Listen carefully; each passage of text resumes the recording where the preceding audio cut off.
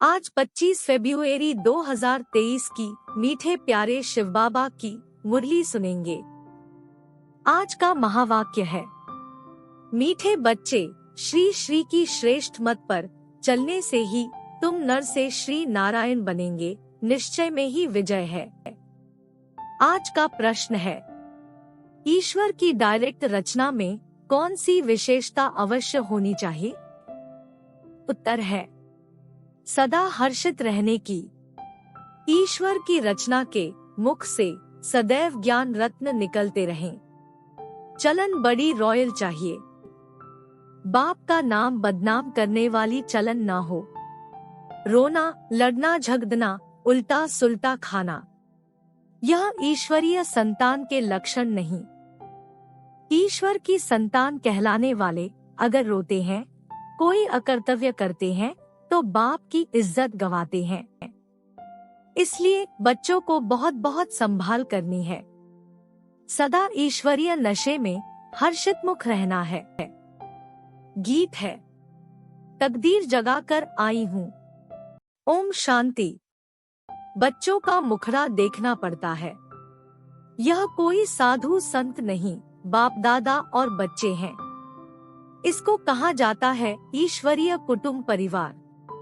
ईश्वर यानी परमपिता, जिनका बच्चा है यह ब्रह्मा, फिर तुम हो ब्रह्मा कुमार कुमारियां। वह है वर्ल्ड का फादर। यूं सारी दुनिया के 3 फादर तो होते ही हैं।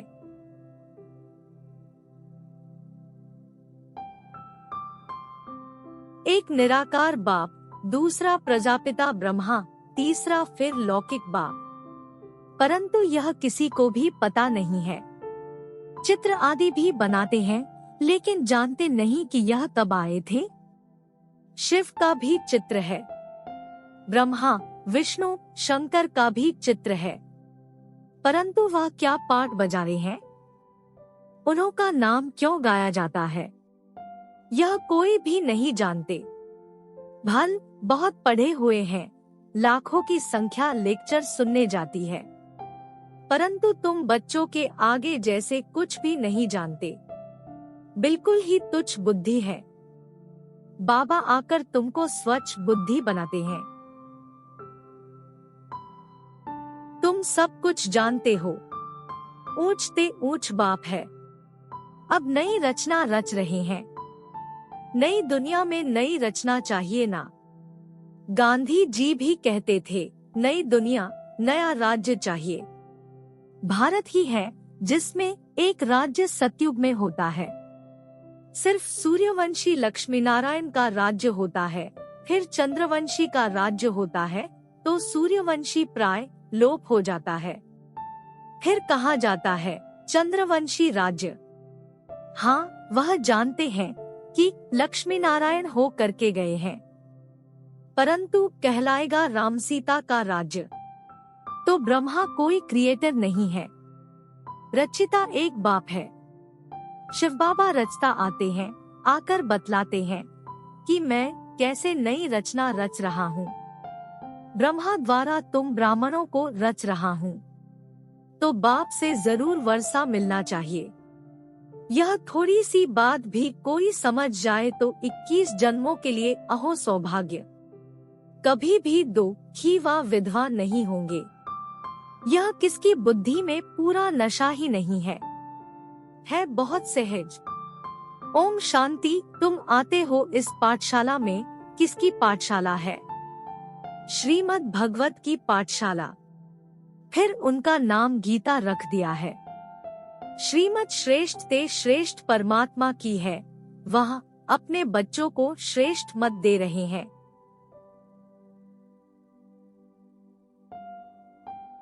आगे तो तुम रावण की आसुरी मत पर चलते आए हो, अब ईश्वर बाप की मत मिलती है। मैं सिर्फ तुम्हारा बाप नहीं हूँ, तुम्हारा बाप भी हूँ, टीचर भी हूँ, सद्गुरु भी हूँ।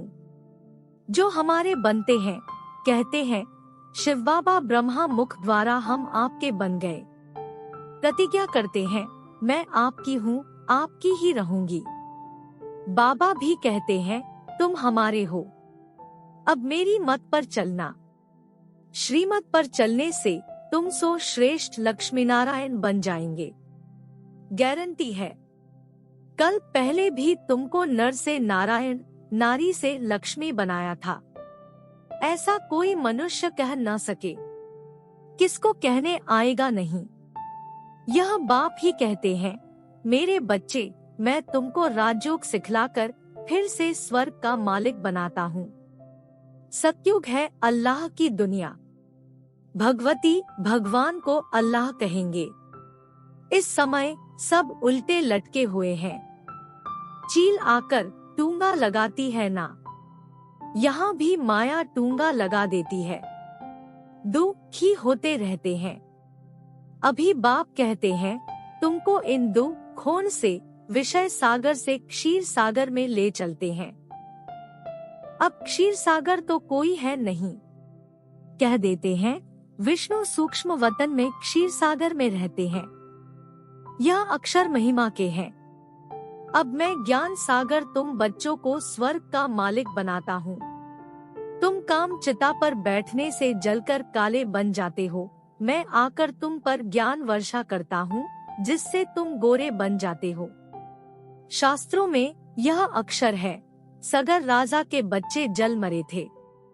बातें तो बहुत बना दी है। अभी बाप कहते हैं, यह सब बातें बुद्धि से निकालो। अब मेरी सुनो। संशय बुद्धि विनश्यन्ति। अब मुझ पर निश्चय रखो तो निश्चय बुद्धि विजयन्ति। विजय माला के दाने बन जाएंगे। माला का राज भी समझाया है। जो अच्छी सर्विस करते हैं उनकी विजय माला बनती है। सबसे अच्छी सर्विस करने वाले दाने रुद्र माला में आगे जाते हैं, फिर विष्णु की माला में आगे जाएंगे। नंबरवार 108, फिर 16,000 की भी माला ऐड करो। ऐसे नहीं, सतयुग त्रेता में सिर्फ 108 ही प्रिंस प्रिंसेस होंगे। वृद्धि होते माला बढ़ती जाती है। प्रजा की वृद्धि होगी तो जरूर प्रिंस प्रिंसेज की भी वृद्धि होगी। बाप कहते हैं, कुछ भी नहीं समझो तो पूछो। हे मेरे लाडले बच्चे, मुझे जानने से तुम सृष्टि झाड़ को जान जाएंगे। यह झाड़ कब पुराना नहीं होता है। भक्ति मार्ग कब शुरू होता है यह तुम जानते हो। यह है कल्प वृक्ष। नीचे कामधेनु बैठी है। जरूर उनका बाप भी होगा। अभी तुम भी कल्प वृक्ष के तले में बैठे हो, फिर तुम्हारा नया झाड़ शुरू हो जाएगा। प्रजा तो लाखों की अंदाज में बन गई और बनती जाएगी। बाकी राजा बनना यह जरा मुश्किल है। इसमें भी साधारण गरीब उठते हैं।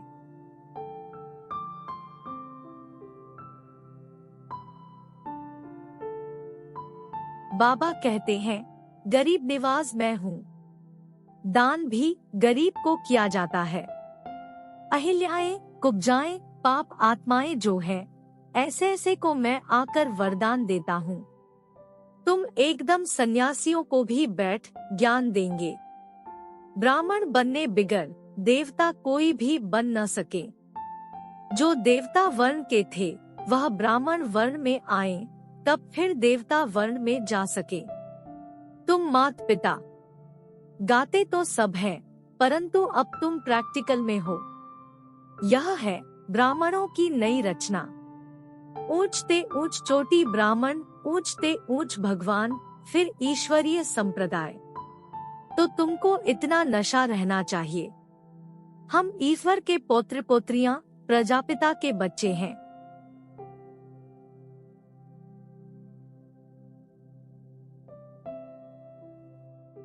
अब ईश्वर के बच्चे तो सदैव हर्षित रहने चाहिए, कभी रोना नहीं चाहिए। यहाँ बहुत ब्रह्मा कुमार कुमारियां कहलाने वाले भी रोते हैं, खास कुमारियां। पुरुष रोते नहीं हैं, तो रोने वाले नाम बदनाम कर देते हैं। वह माया के मुरीद देखने में आते हैं, शिव बाबा के मुरीद नहीं देखने में आते। बाबा अंदर में तो समझते हैं, परंतु बाहर से थोड़े ही दिखलाएंगे, नहीं तो और ही गिर पड़े। बाबा कहते, अपनी संभाल करो। सद्गुरु की निंदा कराने वाला कभी ठौर नहीं पाएगा।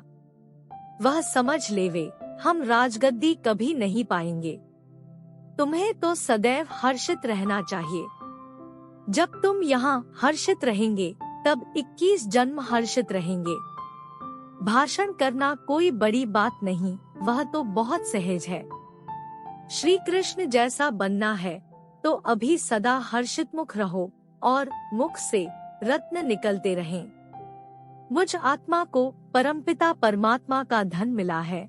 जो मुझ आत्मा में धारण होता है, सो मैं अपने मुख से दान करता जाता हूँ।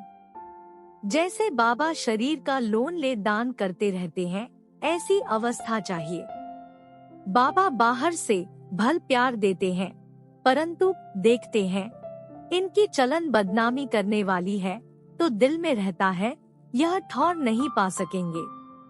बाबा को उल्हने भी मिलते हैं, ईश्वरीय संतान फिर रोते क्यों? आबरू इज्जत तो यहाँ ईश्वर की जाएगी ना। रोते हैं, झगड़ते हैं।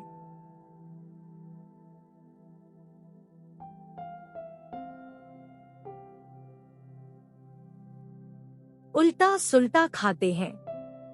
देवताएं रोते तो भी और बात, यह तो डायरेक्ट ईश्वर की संतान रोते हैं, तो क्या गति होगी।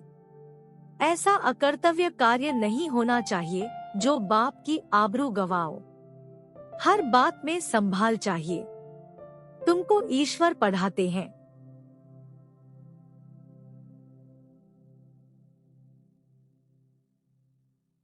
इस समय तो जितने मनुष्य उतनी मतें हैं, एक न मिले दूसरे से। तो बाप समझाते हैं, यहाँ तुम बैठे हो अपनी ऊंच ते ऊंच तकदीर बनाने। ऊंच तकदीर सिवाय परमात्मा के और कोई बना न सके। सत्युगी सृष्टि के आदि में है लक्ष्मी नारायण। वह तो भगवान ही रचते हैं। उसने लक्ष्मी नारायण को राज्य कैसे दिया? यथा राजा रानी तथा प्रजा कैसे हुई, यह कोई नहीं जानते। बाबा समझाते हैं, कल्प के संगमयुग पर ही मैं आकर लक्ष्मी नारायण का राज्य स्थापन करता हूँ। बाबा कहते हैं, तुमको राजतिलक दे रहा हूँ। मैं स्वर्ग का रचिता, तुमको राजतिलक नहीं दूंगा तो कौन देगा? कहते हैं, ना तुलसीदास चंदन घिसे। यह बात यहाँ की है। वास्तव में राम शिव बाबा है। चंदन घिसने की बात नहीं है। अंदर बुद्धि से बाप को और वर्षे को याद करो। मायापुरी को भूलो, इनमें अथाह दुख है। यह कब्रिस्तान है। मीठे बाबा और मीठे सुखधाम को याद करो। यह दुनिया तो खत्म होनी है। विदेशों में तो बॉम्ब्स आदि गिराएंगे तो सब मकान गिर जाएंगे, सबको मरना है। किचड़पट्टी खलास होनी है। देवताएं किचड़पट्टी में नहीं रहते हैं। लक्ष्मी का आह्वान करते हैं तो सफाई आदि करते हैं ना। अब लक्ष्मी नारायण आएंगे तो सारी सृष्टि साफ हो जाएगी और सब खंड खत्म हो जाएंगे। फिर देवताएं आएंगे, वह आकर अपने महल बनाएंगे। बॉम्बे इतनी थी नहीं, गामवड़ा था। अब देखो क्या बन गया है। तो फिर ऐसा होगा और खंड नहीं रहेंगे। सतयुग में खारे पानी पर गांव नहीं होते हैं, मीठी नदियों पर होते हैं। फिर धीरे धीरे वृद्धि को पाते हैं। मद्रास आदि होते नहीं। वृंदावन गोकुल आदि नदियों पर रहते हैं। वैकुंठ के महल वहां दिखाते हैं।